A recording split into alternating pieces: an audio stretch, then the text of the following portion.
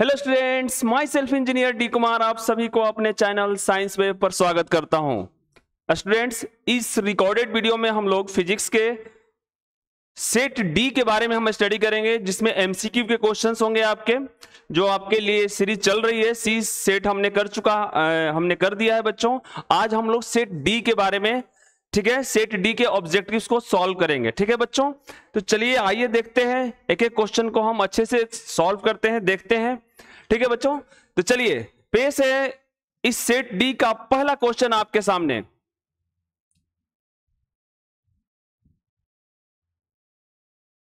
पहले क्वेश्चन को अच्छा से पढ़ना है बच्चों, उसके बाद सॉल्यूशन को करना है। ठीक है, चलिए देखते हैं, क्वेश्चन को सॉल्व करते हैं। एक खोखले गोले, पहले खोखला गोला बना लेते हैं फटाक से, जैसा कर रहा है वैसा करना है आपने। एक खोखला गोला ले लेना है। ठीक, एक खोखले गोले की त्रिज्या r है, यहां से इसकी त्रिज्या को हम ले लेते हैं, सॉरी, एक यहां से इसका सेंटर और ये त्रिज्या ले लेते हैं, एकदम नीट एंड क्लीन समझना। और ये खोखला गोला है, ठीक है, और त्रिज्या जो है r मीटर तथा उस पर q कूलम का आवेश रखा गया है। ठीक है, खोखला गोला है, इस पर q कूलम का आवेश रखा गया है। ठीक है, थोड़ा क्वेश्चन में मिसप्रिंट हो गया बच्चों, थोड़ा देखिएगा। q कूलम का आवेश रखा गया और इसकी त्रिज्या r है। ठीक है, तो आपसे पूछा है उसके केंद्र पर विद्युत विभव होगा, विभव पूछा है। ठीक है, यानी कि चैप्टर नंबर 2 से हम इस सेट को उठाए बच्चों, विभव। तो विभव बराबर क्या होता है, मान लीजिए यहां से मैं छोटा सा एक चार्ज dq काट लूं, इसमें से dq चार्ज, तो यहां से इस पॉइंट पर आपको निकालना है विद्युत विभव। तो क्या फॉर्मूला होता है बच्चों, फॉर्मूला होता है अपने पास dv equal to k dq upon r। r अगर डिस्टेंस है तो r लिया हमने, कैपिटल R स्मॉल r देख लेते हैं, छोटा r दिया हुआ क्वेश्चन में, कोई बात नहीं, आप देख लीजिएगा, मैं छोटा r के हिसाब से ही ऑप्शंस हैं दिए हुए, ऑब्जेक्टिव है, हम कुछ भी ले सकते हैं। चलो मैं r ही ले लेता हूं, इसको भी r ले लेता हूं। ठीक है बच्चों, ये क्लियर होता है। अब यहां से देखो dv इजकल टू, अगर छोटा सा चार्ज, पॉइंट चार्ज है यहां पर, तो इसके r डिस्टेंस पर, इसके सेंटर पर विद्युत विभव का मान जो होता है k dq अपॉन r होता है। अब दोनों तरफ इंटीग्रेट कर लेंगे, तो इंटीग्रेशन इधर लगाएंगे तो v हो जाएगा, और इधर से k अपॉन r बाहर हो जाएगा बच्चों, और ये हो जाएगा dq। ठीक है, अब इस dq का इंटीग्रेशन करेंगे हम लोग, तो क्या हो जाएगा k अपॉन r, और dq का क्या आ जाएगा q। क्लियर। अब यहां से बच्चों k का वैल्यू 1/4 पाई एप्सिलॉन नॉट होता है। ठीक है, और ये r नीचे रह जाएगा, और q का q, तो क्या आ जाएगा आंसर आपका q upon 4 pi epsilon not r। Clear. चलिए देखिए किस ऑप्शन में है बच्चों, q upon 4 pi epsilon not equal to r, C option में है, यानी कि सी ऑप्शन आपका क्या है, मैं थोड़ा सा कलर चेंज कर रहा हूं, सी इज राइट आंसर। ठीक है बच्चों, सी इज राइट आंसर, पहला क्वेश्चन का सॉल्यूशन। ठीक है बच्चों, चलिए आगे देखते हैं हम लोग, एक्सप्लेनेशन को देख लीजिएगा। चूंकि ये एमसीक्यूज है, मैं ज्यादा डिटेल्स में जाने की कोशिश नहीं कर रहा हूं, जैसा क्वेश्चन कर रहा है उसके अनुसार से मैं क्वेश्चन को सॉल्व कर रहा हूं। ठीक है बच्चों, चलिए अगला क्वेश्चन देखते हैं हम इस सेट के।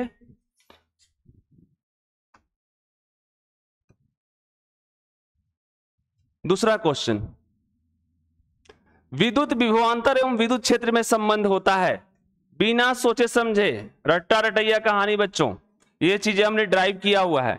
Delta v equal to E vector cross delta R vector, नहीं ये ऑप्शन गई, क्रॉस तो आता ही नहीं है बच्चों।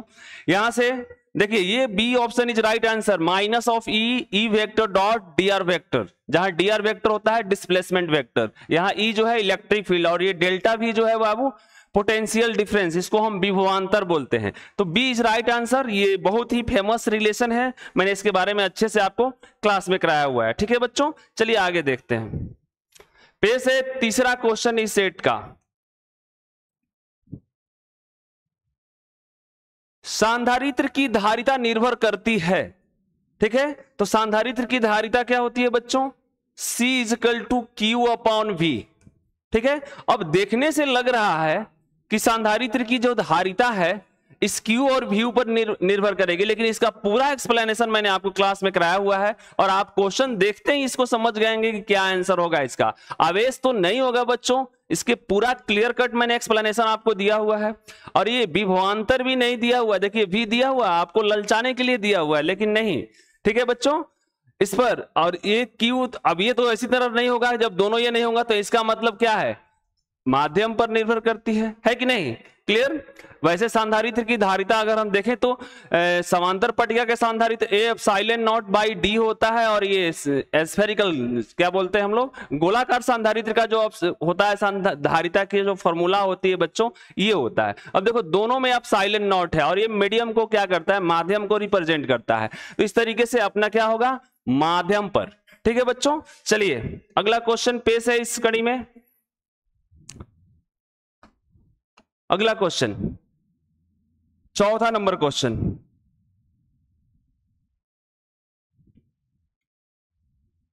सांधारित्रों के समांतर संयोजन में जो राशि प्रत्येक सांधारित्र के लिए समान रहती है वह है, एकदम डायरेक्ट क्वेश्चन है बच्चों।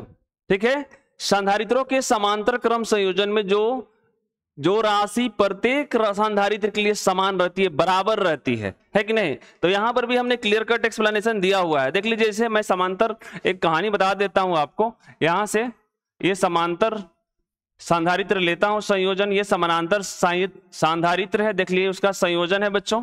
यहां से देखिए, ये अगर पॉइंट VA है और ये VB है, तो ये वायर भी VA माइनस VB से जुड़ा हुआ है, और ये वायर भी VA माइनस VB से जुड़ा हुआ है कि नहीं? तो 100% समान विभवांतर होता है। ठीक है ना बच्चों, ये बात हमने अच्छा से आपको क्लियर किया हुआ है। यानी कि अगर कोई सांधारित्र, यदि सांधारित्र समांतर क्रम में संयोजित हैं या समूहन उनका हुआ है बच्चों, तो 100% विभव उनका क्या होता है, बराबर होता है। अगर श्रेणी क्रम में आए तो विभव बढ़ जाता है।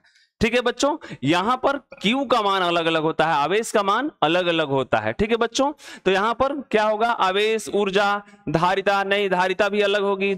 ठीक है, केवल समान होने वाली कहानी क्या है बच्चों, विभवांतर, इसलिए C इज राइट आंसर। ठीक है, उम्मीद है कि क्लियर होगा ये बातें। बहुत आसान आसान क्वेश्चंस हैं, आप इसको क्लिक करते जाएं, टोटली बोर्ड मॉडल क्वेश्चंस। ठीक है, चलिए आगे देखते हैं। 5वां नंबर क्वेश्चन इस सेट का, 5वां नंबर क्वेश्चन, यदि C धारिता वाले N सांधारित्र को समांतर क्रम में जोड़ दिए जाएं तो समतुल्य धारिता होगी, है कि नहीं? देखिए, समांतर क्रम संयोजन का जो फॉर्मूला होता है बच्चों, समांतर क्रम संयोजन का जो फॉर्मूला होता है वो C इक्विवेलेंट बराबर होता है बच्चों C1 plus C2 plus dot dot dot Cn होता है। अब इसमें क्या कहा है, यदि C धारिता वाले N सांधारित्र, यानी कि सभी की धारिता क्या है, C है, तो क्या हो जाएगा, C इक्विवेलेंट बराबर C plus C dot dot dot C।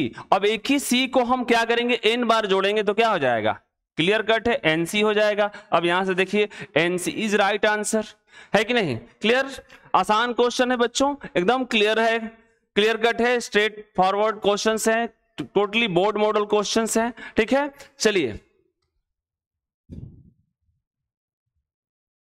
अगला क्वेश्चन हम देखते हैं, 6 नंबर क्वेश्चन इस सेट का। वाह, देखिए, यदि C धारिता वाले, देख लीजिए, यदि C धारिता वाले N सांधारित्र को श्रेणी क्रम में जोड़ दिए जाएं तो समतुल्य धारिता होगी। वाह, सेम क्वेश्चन है, बस संयोजन बदल गया आपका। तो इसका श्रेणी क्रम संयोजन का फॉर्मूला होता है बच्चों 1/C इक्विवेलेंट बराबर 1/C है, देख लो 1/C फॉर्मूला, यहां से 1/C, क्योंकि सबका धारिता क्या है, C है, इक्वल है, तो 1/C plus 1/C plus 1/C, इसी टर्म को हम n टर्म्स तक जोड़ेंगे। अब बताओ, एक ही टर्म को हम n टर्म्स जोड़ेंगे तो क्या हो जाएगा, n/C हो जाएगा, है कि नहीं? तो 1/C इक्विवेलेंट बराबर क्या हो जाएगा, n/C। अब यहां से C इक्विवेलेंट निकालेंगे बच्चों, तो इसको पलट देंगे C/n। ठीक है, C/n क्लास में कराया हुआ क्वेश्चन है बच्चों, थोड़ा सा देख लीजिए।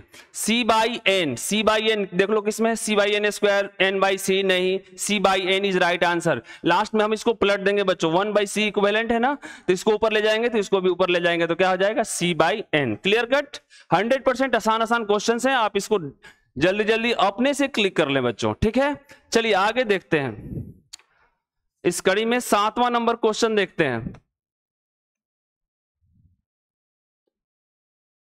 वाह, संधारित्र की धारिता का एसआई मात्रक होता है फैराड, हेनरी, जूल, वेबर, एकदम क्लियर कट है।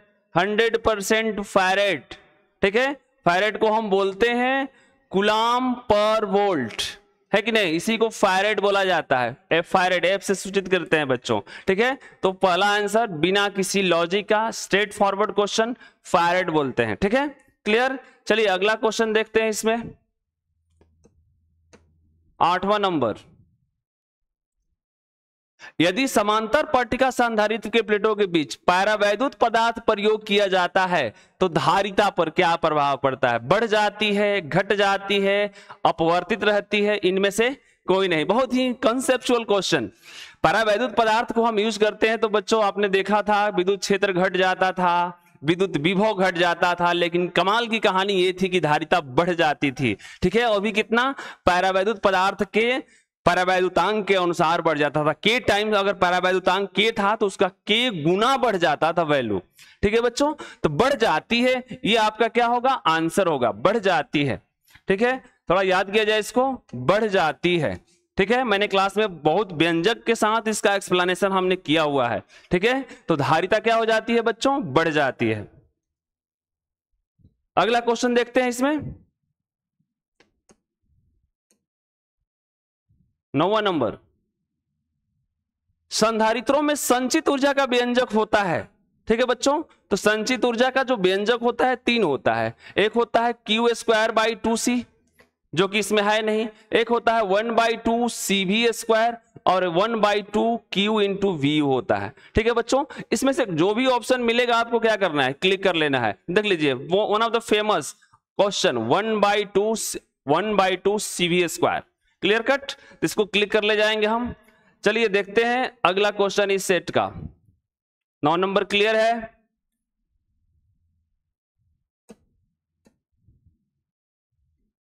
10 नंबर क्वेश्चन बच्चों, इस सेट का 10 नंबर। समांतर पट्टिका संधारित्र की धारिता का व्यंजक होता है। वाह, बहुत आसान क्वेश्चन, ठीक है, स्ट्रेट फॉरवर्ड क्वेश्चन है, ठीक है। तो क्या होता है बच्चों? C का वैल्यू होता है समांतर पट्टिका का A epsilon not upon D।